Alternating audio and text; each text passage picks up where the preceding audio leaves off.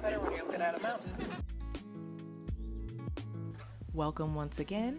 Today I want to share a little bit about our experience finally getting a spot at Zion Canyon Campground, some trail highlights, as well as a few things that have changed since the last time we visited. So Zion Canyon Campground is the closest private campground to the entrance of the park. From the entrance of the campground to the entrance of the park is only about half a mile. You don't actually even have to walk that distance because there's a bus stop pretty much right in front of the campground.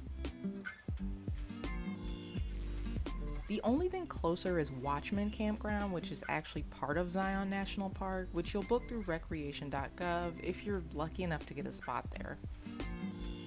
Honestly, I've been trying for a while to get a spot at either campground, and this was the first time we were lucky enough to snag an RV site. A few booking hot takes.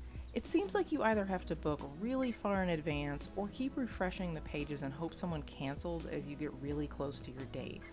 I also found that for Zion Canyon in particular, it was easier for me to find a spot where I checked in on a Friday and checked out the following Sunday. You may also get lucky to find one or two open spaces booking on a Wednesday and then checking out Friday. If you're looking to maybe check in on a Friday and check out on Monday, for example, I really struggle to find any RV site availability. If you want to get a little creative here, you could probably book a Wednesday through Friday stay and then be asked to move to a different site on Friday instead of checking out, to maybe stay a few extra days. I'm pretty sure the booking page is just booking a continuous stay in a single site, but I bet a little human interference here could help. But in any event, don't give up hope. Just keep an eye out and make sure you check back frequently. Plans change and cancellations do pop up. Okay, so I want to touch on the amenities and the campground offerings as well as the price that we paid to stay here. They have a small pool up near the entrance, a restroom with showers next to the pool, 2 additional bathhouses, a laundry room, and a camp store in the main office. They offer RV sites, tent camping sites, and cabins. To use the bathhouse, however, you need a shower token, and it's 1 shower token per person per day. The shower, I believe, is also time limited, but we just showered in our rig and ended up giving our tokens to our camper van neighbors next door. We also have our own washer and dryer. Check out that video if you're curious and haven't already. So we never needed to use the laundry room, but I believe it's $4 for a wash load and an additional $4 to dry. The camp store is small but mighty and has pretty much whatever you might need. Lots of snacks like stuff for sandos or stuff to make s'mores, souvenirs, and a few RV essentials like toilet paper, power cords, or emergency poo hoses. Because who hasn't had their poo hose randomly explode at the worst possible time? Definitely not me. Anyway, the price for this place can be a little steep when compared to state or federal campgrounds. Right now, to get a standard electric site at the Watchman campground, which is of course a federal campground, it's only $30.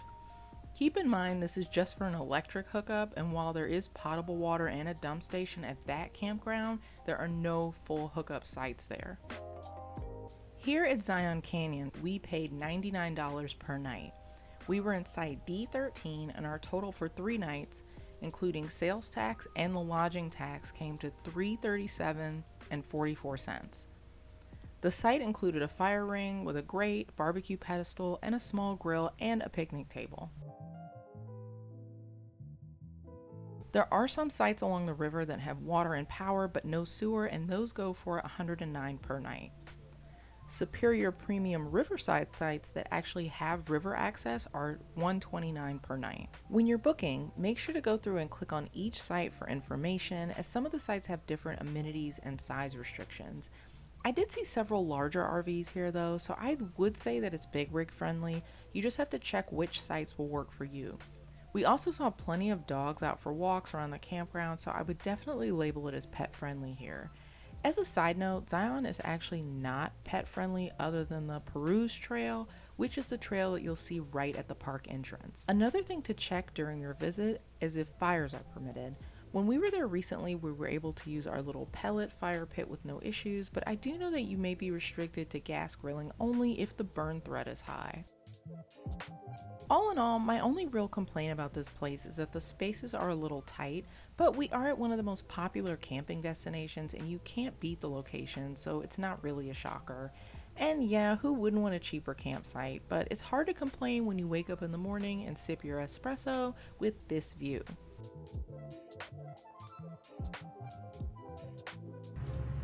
Tastes better when you're looking at a mountain. Too long didn't read or watch version. This campground is a little on the pricey side and has some fairly compact sites, but is overall clean, well maintained, has a friendly staff, and is hard to beat location wise. I would definitely stay here again. If you have any other questions about this campground, feel free to ask in the comments section down below. Heading into the park is super easy from here. Like I mentioned before, there's a Springdale bus stop right near the entrance to the campground. This will drop you off at the Zion Visitor Center where you'll take the Zion shuttle buses to get to the trails. This can really come in handy if you just finished 8 solid hours of hiking and all you really want is to be semi-horizontal with a frosty beverage in hand as soon as possible. That was one of the biggest pluses for me because if you watched the last Zion video I did a while back, we stayed at the Hurricane KOA and we would have had a 40-ish minute drive back totally exhausted.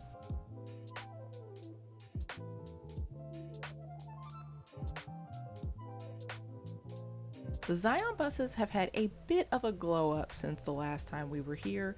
We were chatting with one of the drivers and he mentioned that they've been trying to swap out all the old ones for new electric models. While we were here, they had a few kinks to work out. For example, one broke down and they had to send a second bus to come and get everyone. But I will say the new buses are awesome.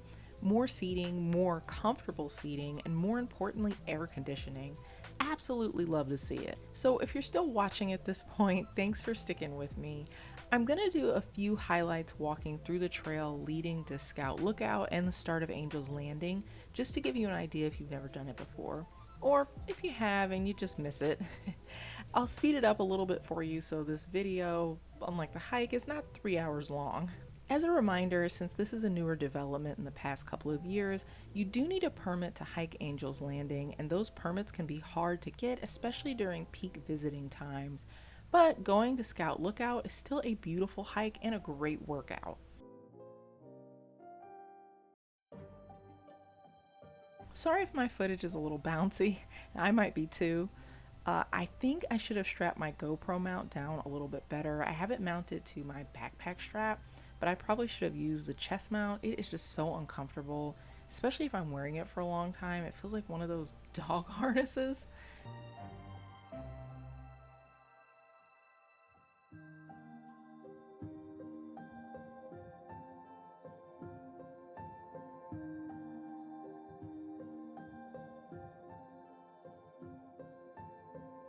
You probably also noticed that I have a trekking pole with me. I wouldn't say that you actually need one, but I actually had an ankle injury a while back, so I'm being extra careful today and just using it for a little extra assistance.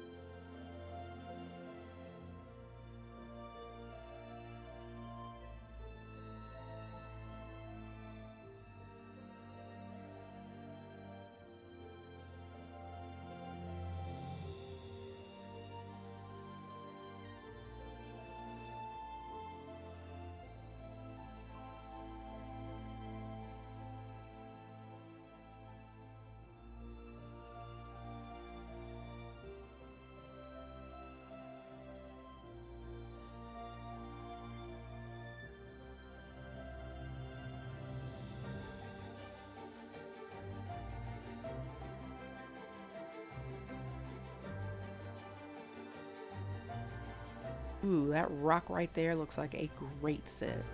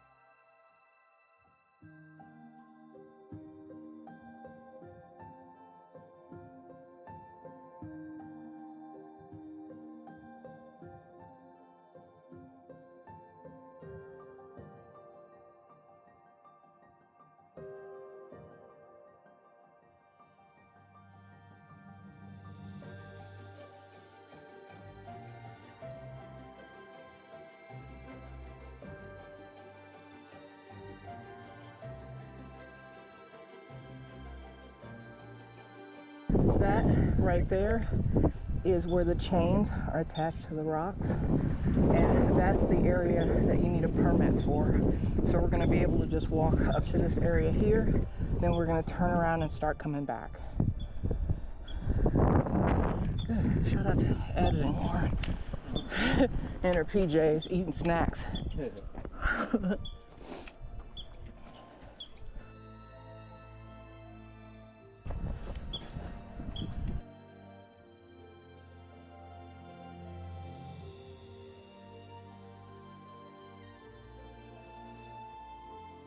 There are also some vault toilets right up here.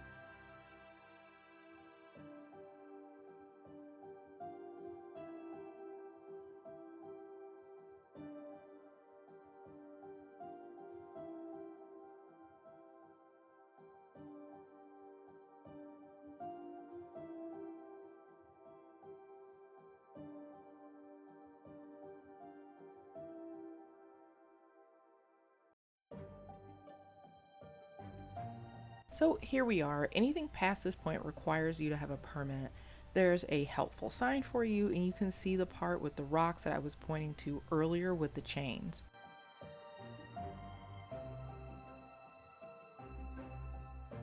Additionally, I got a few other PSAs for you.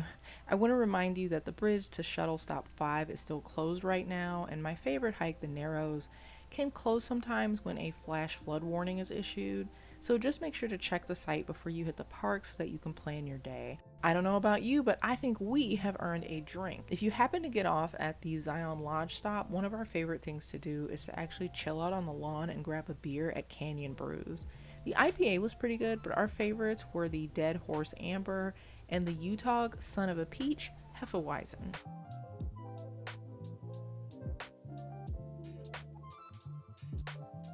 I also have a few highlights of the Riverwalk trail for you to watch. I wanted to show you this trail because I think some people can be a little intimidated by the trails here at Zion, and this is a great, easy, beginner level trail with pretty views.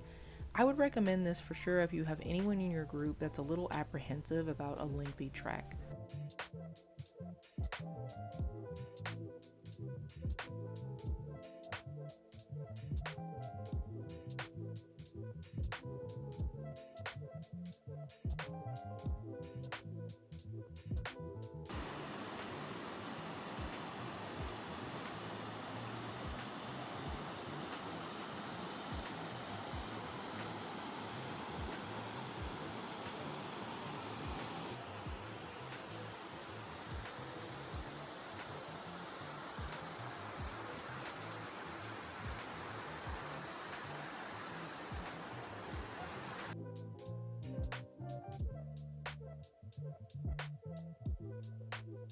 This is also how you enter the water for my favorite hike, the Narrows.